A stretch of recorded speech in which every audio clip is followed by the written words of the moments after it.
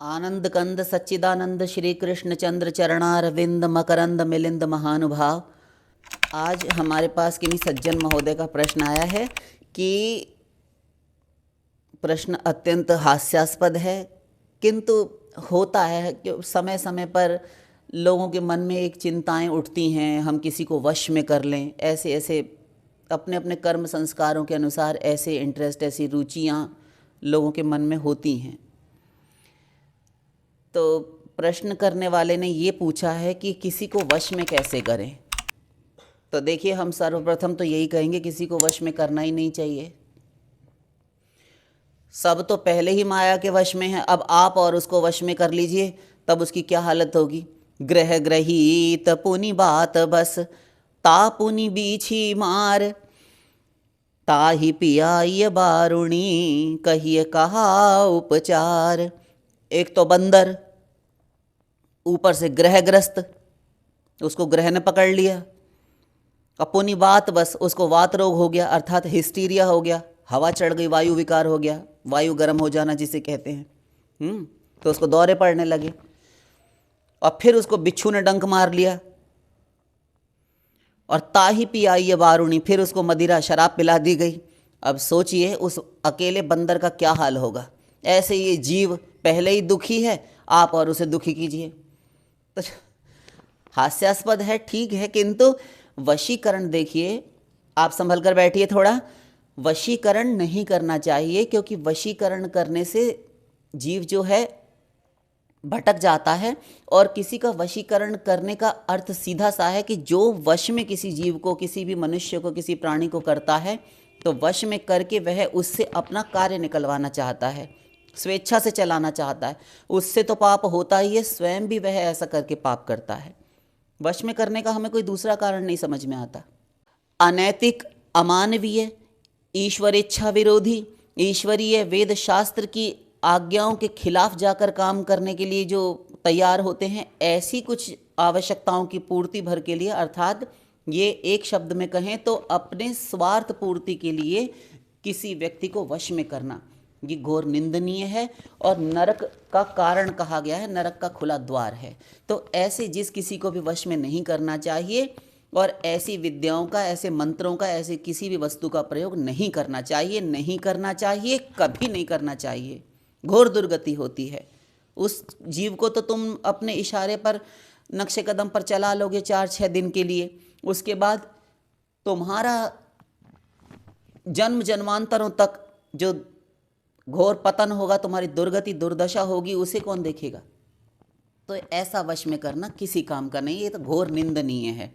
फिर भी एक उपाय हम अपनी ओर से बता रहे हैं, शास्त्रों की ओर से और महापुरुषों संतों की ओर से। चलिए हम संतों से जानते हैं, क्योंकि हम इन सब चीज़ों का तो ये हमको झमेला पसंद नहीं, और ऐसे प्रश्न हमारे पास आज के बाद कोई लेकर मत आइए। एक वशीकरण उपाय है, केवल एक, मीठे वचन कहना, मीठे वचन बोलना। बस मीठे वचन बोलिए, मधुर बोलिए, प्रिय बोलिए, मीठा बोलिए और कम बोलिए। प्रिय वाक्य प्रदानेन सर्वे तुष्यन्ति जन्तवः। नीति कहती है कि प्रिय वाक्य कहने पर, प्रिय शब्दों से वार्तालाप, व्यवहार करने पर सभी जंतु, सभी प्राणी तृप्त होते हैं और संतुष्ट होते हैं, प्रसन्न होते हैं, और आपको आदर का पात्र बना डालते हैं आपके द्वारा कहे गए वचन।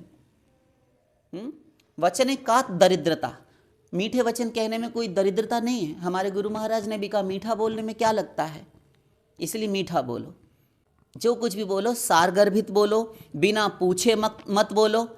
किंतु ये नियम शिष्यों पर और अपने पालित, स्वयं के अपने औरस पुत्र पर, अपने जो हमने जिसे जन्म दिया है उस पुत्र पर, उसके सुधार के लिए अपने शिष्यों को, क्योंकि उन पर भी शासन करना आवश्यक है, उनके लिए, उनको छोड़कर बाकी सबको सारगर्भित बोले, काम काम की बात बोले, बस बाकी उनसे कोई मतलब ना रखे, चाहे कितने ही बड़े सत्संगी क्यों ना हो। सुने ठीक, ना सुने तो ठीक, कराओ सोई जो तुम ही सुहाई। किंतु अपने शिष्यों पर गुरु का प्रभुत्व होता है, शासन होता है, इसलिए अपृष्टमपि वक्तव्यम, पद्म पुराण ये कहता है, बिना पूछे भी उनके कल्याण की बात बोलनी चाहिए। वो चाहे सुनना चाहे ना सुनना चाहे, कान पकड़कर उनको ले आए और बतावे, अन्यथा गुरु दोष का भागी होता है। और यदि स्वयं पूर्ण भरसक प्रयत्न करता रहे फिर भी यदि ना माने, तब फिर वो शिष्य की दुर्गति होगी। अपनी ओर से गुरु सदा कर्तव्य पालन करते रहते हैं और उनकी जिम्मेदारी समाप्त हो जाती है, कोई उनके ऊपर उंगली नहीं उठा सकता फिर। इसलिए बोलना चाहिए अपने पुत्र को सुधारने के लिए, और शिष्यों को दंडित करते रहना चाहिए, बिना पूछे भी बोलना चाहिए। तो मीठे वचन बोलना चाहिए शेष सबसे, और मीठे वचन बोलने में कोई पैसा नहीं लगता, कोई कौड़ी छदाम, कोई मोल नहीं लगता। तो मीठे शब्द बोले। हमारे संत भी कहते हैं, संत वाणी कहती है, कागा काको धन हरे, कागा काको धन हरे, कोयल काको दे, मीठे वचन सुनाए के जग अपनों कर ले। कि कौवा जो होता है, काक पक्षी, यह काँव काँव करता है, सब उसको बुरा कहते हैं, कर्कश बोलता है, हमारे घर की मुंडेर पर बैठ जाता है, छत पर आकर काँव काँव कर रहा है, बुरा लगता है, श्रुति प्रिय नहीं लगता उसका जो भी बोलना है लोगों को। क्यों उससे इतनी नफरत है? वो भी तो एक पक्षी है, ईश्वर की ही रचना है। किंतु नहीं, कागा काको धन हरे, उसने किसकी धन प्रॉपर्टी संपत्ति चुराई है? किसी की नहीं। और कोयल काको दे, कोयल ने किसी को क्या दिया है? किसी की क्या स्वार्थ सिद्धि हुई कोयल से? तो उसका उत्तर ये है कि मीठे वचन सुनाए के जग अपनों कर ले। दोनों में से एक कर्कश वाणी बोलता है और कोयल जो कुहू कुहू करती है तो अत्यंत मधुर स्वर होता है। तो मीठे शब्द सुना सुनाकर, बोल बोलकर ये सारे संसार को अपने ओर आकर्षित कर लेते हैं, और एक संसार का विरोधी हो जाता है अथवा संसार को अपना विरोधी बना लेता है। फिर गोस्वामी जी कहते हैं, तुलसी मीठे बचन तय, सुख उपजत चहु और, वशीकरण एक मंत्र है, तज दे बचन कठोर। वशीकरण के हमारे तंत्र ग्रंथों में, तंत्र विद्याओं में, तांत्रिकों के पास अनेकों प्रकार के यंत्र मंत्र सिद्धियाँ, ना जाने क्या क्या तमाम जादू टोने टोटके होते हैं। और आए दिन हमारे देश में बेचारे मजलूम लोगों पर,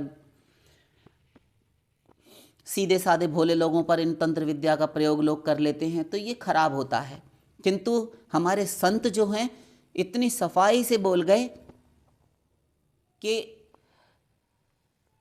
तुलसी मीठे बचन ते, तुलसीदास जी कहते हैं मीठे वचनों से सुख उपजत चहु और, चतुर्दिक मंगल होता है, चारों दिशाओं में सुख ही सुख उत्पन्न होता है। क्या?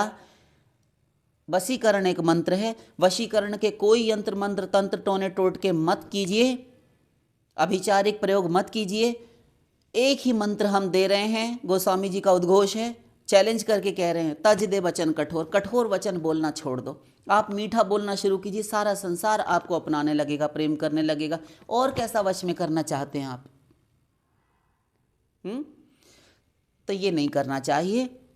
वशीकरण की एक यही विद्या है। फिर कहा, कबीरदास जी भी पीछे नहीं रहे, बहुत पॉपुलर दोहा है, सब जानते हैं, बच्चे भी अपने स्कूलों में पढ़ते हैं। ऐसी बानी बोलिए मन को आपा खोए, और उनको शीतल करे आप हूँ शीतल होए। कबीरदास जी कहते हैं कि वाणी यदि बोलनी है तो ऐसी बोलिए कि अपने मन का आपा, अर्थात आपको अपने मन की सुधि ना रहे, होश गुम हो जाए कि कितना सुंदर बोलता है। औरन को शीतल करे, औरों के हृदय को तो शीतलता प्रदान करें ही आपके वाक्य, आप हूँ शीतल हो, स्वयं बोलने वाले को अर्थात आपको भी सुख प्रदान करे।